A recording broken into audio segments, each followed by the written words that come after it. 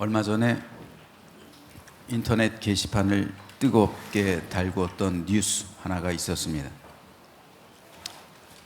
사진을 하나 보여주시죠.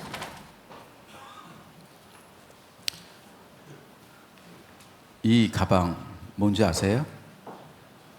메이커 아시는 분? 디오르. 예, 성가대. 다들 이 정도는 하나씩 갖고 계시죠? 디오르 가방입니다. 프랑스의 명품 가방이에요. 이 가방은 그런데 크지가 않아요. 길이가 21cm, 높이가 11.5cm, 너비 4.5cm 밖에 되지 않는 미니백이에요. 미니백, 조그만 소형 백이라고요. 얼마일까요?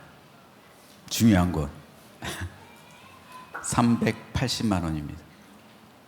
380만 원짜리 미니백. 380만 원이면 집에 한 대여섯 개씩 있잖아요. 근데 여러분 잘 아실지 모르겠는데 이 디올이라는 브랜드는 루이비통에 버금가는 아주 고가 브랜드예요. 실제로 디올은 프랑스의 LVMH 그룹에 속해 있어요. 이 회사에는 수십 가지 브랜드가 있어요. 대표적으로 이 명품 브랜드들도 있는데요. 대표적으로 뭐가 있냐면 한번 보시죠. 루이비통, 디올, 펜디, 셀린, 지방시, 겐조, 마크 제이콥스. 여기는 패션과 코스메틱이고요. 돔페리뇽, 헤네시. 술 드시는 분들은 다 아실 만한 그런 주류. 누가 웃었는데. 그리고 불가리, 태그 호이어, 티파니, 제니스, 시계 및 보석류 다 이 회사 거예요. 그리고 이외에도 수십 가지 브랜드가 있어요. 근데 제가 다 봤더니 전 잘 모르겠어요. 제가 아는 것들만 이렇게 추린 거예요. 그러니까 제가 모르는 것 중에서 여러분이 아시는 것들이 있을 거예요. 수십 가지더라고요. 이게 다 LVMH 그룹의 계열들입니다. 그리고 미디어 업체들도 있고요. 언론도 있고 많이 가지고 있어요. 그런데 문제가 된 건요. 지난달에 로이터 통신에 디올이라는 이 명품 가방의 원가가 밝혀졌기 때문에 그래요. 380만 원짜리 이 가방의 원가 얼마일까요? 원가 얼마일까요? 장은아 집사님 아시죠? 8만 원이래요. 8만 원. 원가가 300만 원, 80만 원짜리 이 가방의 원가가 8만 원. 여러분 얼마나 웃겨요. 이 8만 원짜리 가방 가지고 하얀 장갑 끼고 이게 진짜인지 가짜인지 이거를 구분하면서 이건 가품입니다. 이건 진품입니다. 이거 얼마나 웃기는 거예요, 이거. 그래봐야 8만 원짜리인데. 그런데 왜 이게 문제가 됐냐면요. 이 가방은 이탈리아에 있는 중국인이 운영하던 공장에서 납품을 해서 하청업체죠. 그런데 이 공장은 중국이나 필리핀에서 온 불법 체류자들을 주로 고용을 했어요. 그런데 24시간 운영, 24시간 공장을 돌리는 거예요. 휴일도 없어요. 근로자들은 작업장에서 새우잠을 자면서 근무해요. 노동 착취죠. 기계를 더 빠르게 돌리기 위해서 안전장치를 제거했다고 그래요. 기계의 안전장치까지 제거하고 풀 가동하는 거예요. 얼마나 많이 팔리면 그러겠어요. 얼마나 많이 팔리면 전 세계적으로. 이렇게 임금과 노동력 착취하고 인권과 안전 무시한 대가로 저렴하게 8만 원에 납품을 하니까 디올에서는 좋은 거예요. 그렇죠? 8만 원짜리 납품받아서 380만 원에 팔아버리면 이게 얼마나 많이 남는 거였어요. 그러니까 문제 삼지 않은 거예요. 알면서도 모른 척 했겠죠. 이탈리아 밀라노 법원은 디올이 공급 업체의 가방 생산 조건이 어떤지, 기술 능력은 어떤지 확인하지도 정기 검사도 하지 않았다며 책임을 물은 거예요. 알았어도 모른 채 할 수도 있었겠죠. 디올도 하청업체 노동 착취에 일부 책임이 있다는 거예요. 그래서 이 소식이 전 세계로 타전된 거고요. 전 세계 소비자들이 LVMH 그룹 전체를 대상으로 불매 운동을 하기 시작한 거예요. 저는 이 기사를 보면서 두 가지 생각이 들었어요. 첫째는 이제 짝퉁이 진짜보다 더 비쌀 수 있겠다. 원가가. 그죠? 원가가 짝퉁이 8만 원은 넘게 제조될 것 같은데, 야, 근데 짝퉁이 이 진품보다 더 비싸다면 이거 무슨 일일까 이게? 그 생각이 스쳐 지나갔고요. 두 번째로 제가 생각난 건 이게 이제 오늘의 설교 주제입니다. 저는 이 기사를 보면서 사람들이 명품에 열광하는 이유가 뭘까? 원가 8만 원인 거 알면서도 여러분 이거 살 겁니까? 아니면 동대문 가서 시장에서 아무거나 살 겁니까? 10만 원짜리. 어쩌면 그게 더 비쌀 수도 있어요. 왜 사람들은 그럼에도 명품에 열광을 할까? 왜 그럴까요? 제품 저게 예뻐서가 아니라 디올이라는 이름, 그 이름을 가지려는 거예요. 루이비통, 샤넬, 에르메스라는 그 이름을 사는 거예요. 저 제품을 사는 거가 아니라 제품이 아니라 제품에 새겨진 로고를 사는 거예요. 그 이름을 산다고요. 명품이라는 이름은요, 한자로 보면 사전적인 의미로는 이름 있는 물건, 이름이 새겨진 물건이란 뜻이에요. 예전에는 장인의 이름을 자기가 만든 물건에 새겼죠.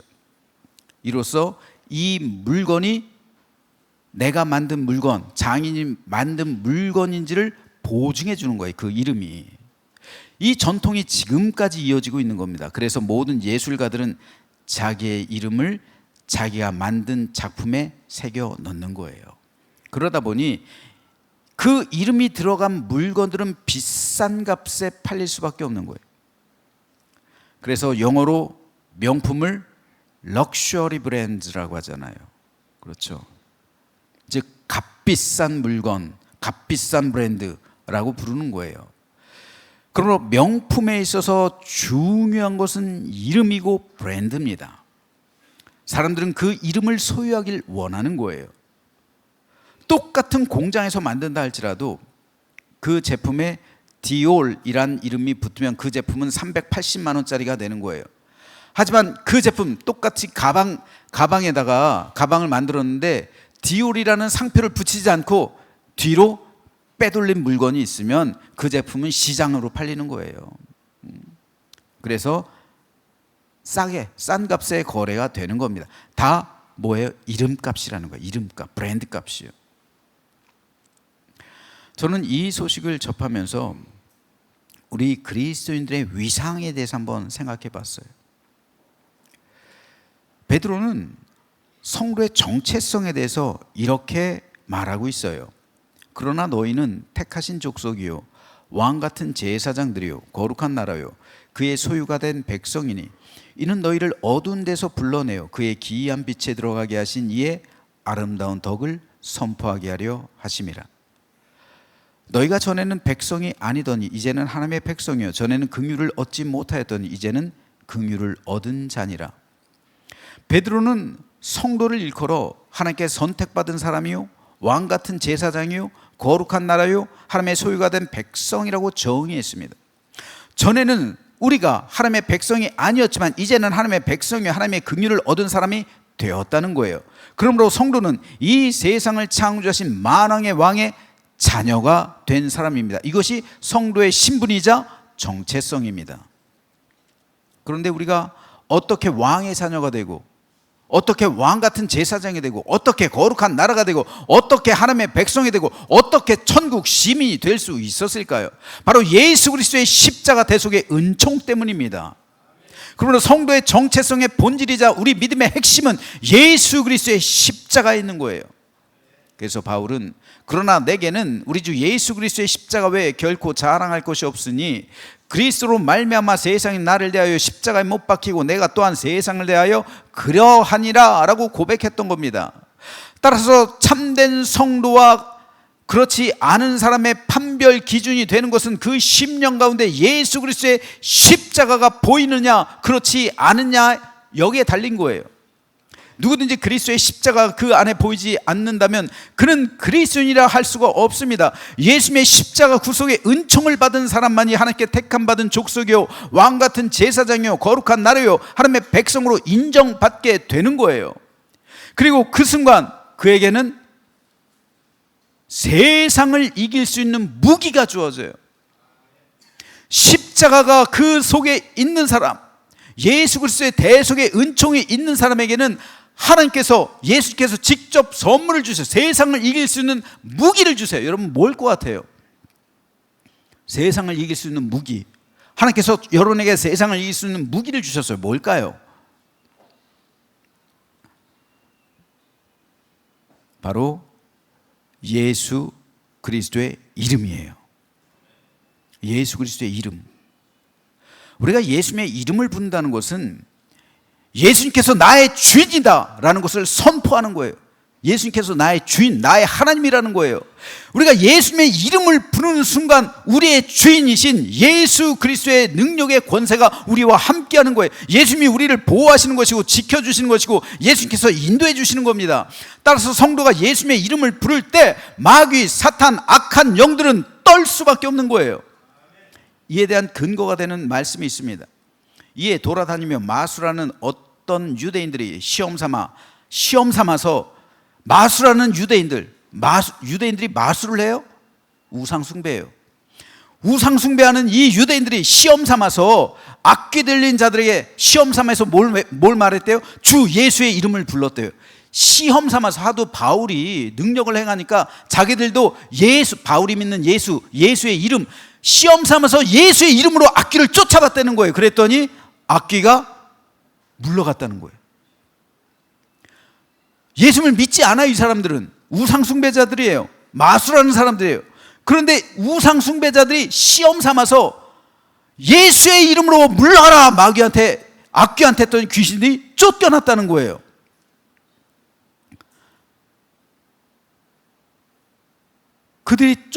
이 귀신들이 쫓겨난 이유가 이 우상숭배자들이 신령하기 때문입니까? 그들은 예수님을 믿지도 않아요. 하나님을 믿지도 않아요. 그들은 우상숭배자, 마술하는 사람들이에요. 쉽게 말해서 무당들이란 말입니다. 이 무당들이 예수 이름을 불렀다는 거예요. 그랬을 때 물론 마술하는 사람들이 다 무당들은 아니지만 어떻든 마술하는 사람들, 무당들, 우상숭배자들 다 비슷한 분류잖아요.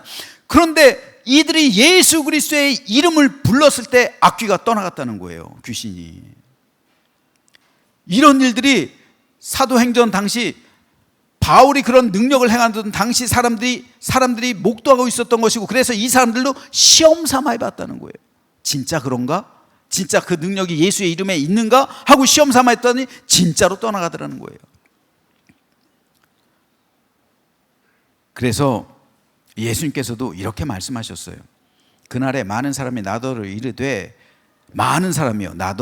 주여 주여 우리가 주의 이름으로 선지자 노릇했습니다. 진짜 선지자는 아니죠. 선지자 노릇한 거죠. 진짜 선지자가 아닌데 선지자 노릇했어요. 뭘로요? 주의 이름으로. 예수님의 이름을 불렀다는 거예요. 예수님의 이름을 불렀더니 귀신이 나갔다는 거예요. 예수님의 이름을 불렀더니 많은 권능이 임했다는 거예요. 그런데 내가 너희를 모른다. 예수님께서 말씀하시잖아요. 불법을 행하는 자들아 내게서 떠나가라. 왜 말씀하셨을까요? 예수님께서. 이 사람들이 신령해서 귀신이 쫓겨나요? 아니요. 신령하다고 귀신이 쫓겨나지 않아요. 신령한 사람을 어찌하더라도 삼키려고 하지 신령하다고 해서 귀신이 쫓겨나지 않아요. 귀신이 쫓겨날 수 있었던 유일한 이유는 예수 그리스도의 이름을 불렀기 때문에 그런 거예요. 그런데 거짓 선지자들도 예수 그리스도의 이름을 부르니까 귀신이 쫓겨나고 병을 고치고 이러한 치유의 역사와 이러한 권능을 행할 수 있었던 거예요.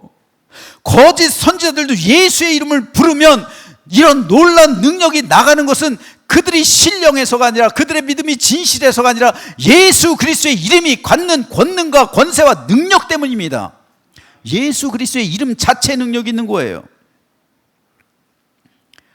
예수님께서는 그렇기 때문에 그 이름의 권세와 능력을 제자들에게도 주셨어요. 예수께서 그의 12제자를 부르사 더러운 귀신을 쫓아내며 모든 병과 모든 약한 것을 고치는 권능을 주셨다 기록하고 있는데, 어떻게 이 권능을 주셨다는 거예요? 예수님께서 믿는 자들에게는 이런 표적이 따르리니 곧 그들이 내 이름으로 귀신을 쫓아내며, 내 이름으로요. 예수님께서 그 이름의 권세를 제자들에게 주셨다는 거예요. 그러니까 그 이름을 말할 때, 예수의 이름으로 말할 때 귀신들이 쫓겨나며, 새 방언을 말하며 뱀을 집어 돌리며 올리며 무슨 독을 마실지라도 해를 받지 아니하며 병든 사람에게 손을 얹는 즉 나으리라. 예수 그리스도의 이름을 부를 때, 선포할 때 우리의 주인이신 예수 그리스도께서 그런 능력을 행하신다는 거예요. 그런 권능을 우리에게 주셨다는 거예요. 내가 신령해서 이런 은사를 행한다고요? 아니요. 예수 이름 없이는, 예수님의 이름 없이는 나는 아무것도 아니에요. 내가 뭐 신령해서 고치는 것 마냥 이건 범죄입니다. 이거는 타락한 거예요. 그건 자기를 높이는 교만입니다. 아닙니다. 예수 그리스도의 이름의 능력이 그 사람을 고치고 치유하고 그리고 여러 가지 능력과 권세와 귀신을 쫓아내는 능력이 있는 것이지, 내가 신령해서 하는 것 전혀 아니란 말이에요. 심지어는 거짓 선지자들도 예수 그리스도의 이름을 부를 때 귀신이 쫓겨나는 것, 성경을 통해서 우리가 확인할 수가 있잖아요. 예수님께서는 예수 그리스도의 이름의 권세와 능력을 제자들에게 주셨던 거예요. 이로써 제자들이 예수님처럼 능력과 권세를 행할 수 있게 되었던 겁니다. 그렇기 때문에 예수님께서는 오늘도 여전히 예수님을 나의 하나님, 나의 구주, 나의 왕으로 영접한 모든 성도에게 예수 그리스도의 이름의 권세와 능력을 주신 줄로 믿으시기 바랍니다. 이것이 성도에게 주신 가장 강력한 무기요 권세예요. 성도는 이것으로 싸우는 겁니다. 우리가 어떻게 눈에 보이지 않는 마귀와 싸워서 이길까요? 마귀와 싸워서 이길 수 있는 사람 아무도 없어요. 어떻게 우리가 이겨요? 우리가 이길 수 있는 유일한 길은 예수 그리스도의 이름의 능력과 권세를 외치는 수밖에 없는 거예요. 지금도 여전히 예수 그리스도의 이름을 외치는 것에서는 이런 초대교회와 같은 능력과 역사가 일어나게 되는 겁니다. 내가 신령해서 되는 게 아니에요. 예수 그리스도의 이름이 선포되어지는 그곳에, 그 삶의 현장 가운데 하나님의 역사와 능력이 벌어지게 되는 겁니다. 안타까운 사실은 하나님의 교회와 성도들이 지금 현재 예수 그리스도의 이름을 부르지 않아요. 그 이름의 능력을 의지하지 않아요.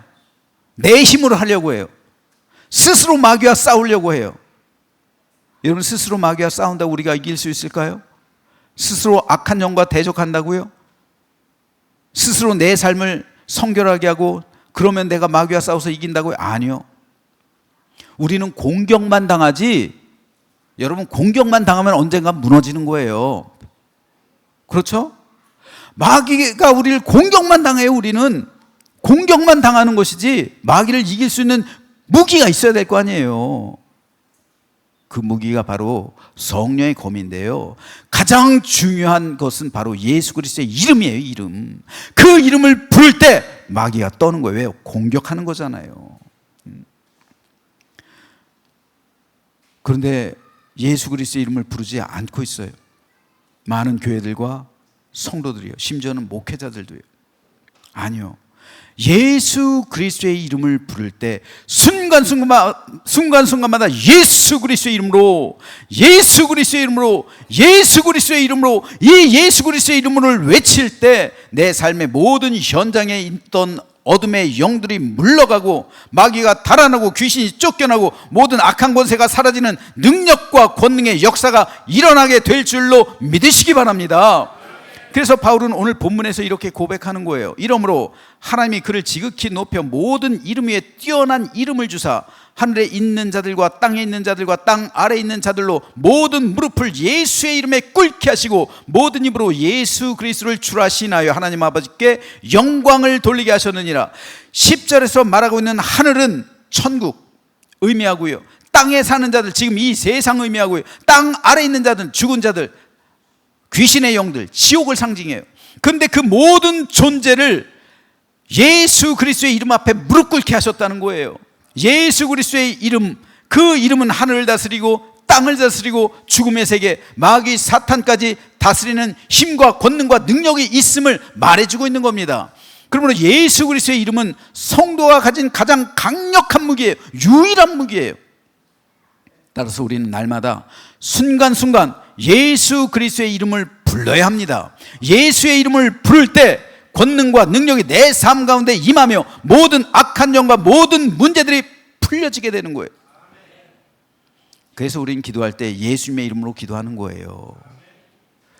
기도를 끝마칠 때 예수님의 이름으로 기도합니다. 아멘. 이게 아니에요. 기도를 끝마치는 말이 아니란 말입니다. 예수님의 이름은요, 내가 예수님의 이름으로 그 권능으로 내 기도를 하고 있습니다라는 의미예요. 내가 한 모든 기도 가운데 예수님의 이름으로 능력으로 역사해 주십시오 라는 의미입니다. 내가 무엇인가를 간구하나요? 내 삶을 위해서 무엇인가를 간구하나요? 내 어려운 문제들이 있나요? 그리고 여러 가지 이웃 구원과 사랑하는 그 실천적인 문제들이 있나요? 그 모든 것이 예수님의 이름으로 이루어지게 해 주십시오. 예수의 이름으로 이 모든 것 풀어주십시오. 예수의 이름으로 치유해 주십시오. 예수의 이름으로 물러가게 해 주십시오. 예수의 이름으로 함께 해 주십시오 라는 간절한 청원이에요. 이게 예수의 이름의 권능이란 말입니다. 그럴 때 우리 모든 삶이 변화되는 거예요. 악한 영이 물러가는 것이고 귀신이 쫓겨나는 것이고 어둠의 권세로 인해 고통받고 있는 삶의 환경이 바뀌는 것이고 내 모든 문제도 주께서 원하신다면 풀려지는 거예요. 해결되는 겁니다. 그렇기 때문에 마귀의 권세는 예수 이름을 부르는 교회를 두려워하는 거예요. 예수 이름을 부르는 사람을 두려워하고 떠는 겁니다. 그러므로 우리 교회, 그리고 우리 교회에 속한 모든 성도는 이제부터 예수 그리스도의 이름과 권능의 능력으로 기도하시며 승리하는 믿음 되시기를 주님의 이름으로 축복합니다. 그러면 되는 거예요. 그럼 우리 교회 승리하는 겁니다. 여러분의 삶 승리하는 거예요. 여러 가지 삶의 어두운 문제들 가지고 이 자리에 나왔습니까? 예수의 이름으로 꾸짖으세요. 예수의 이름으로 선포하세요. 예수 그리스도의 이름으로 이 모든 문제는 해결될지어다. 예수 그리스도의 이름으로 내 모든 질병은 떠나갈지어다. 예수 그리스도의 이름으로 모든 악의 권세는 사라질지어다. 예수 그리스도의 이름으로 우리 가정을 얽어매고 있던 모든 어둠 권세는 없어질지어다. 예수 그리스도의 이름으로 우리 교회를 대적한 악한 영의 권세는 사라질지어다. 예수 그리스도의 이름으로 외칠 때 여러분의 모든 삶이 풀어질 줄로 믿으시기를 주님의 이름으로 축복합니다. 그래서 예수 그리스도의 이름의 권세로 능력 있는 삶, 예수 그리스도의 이름으로 승리하는 믿음의 삶을 살아가며 하나님 앞에서 온전히 드려지는 맥주 감사 주일 되시기를 주님의 이름으로 축원합니다.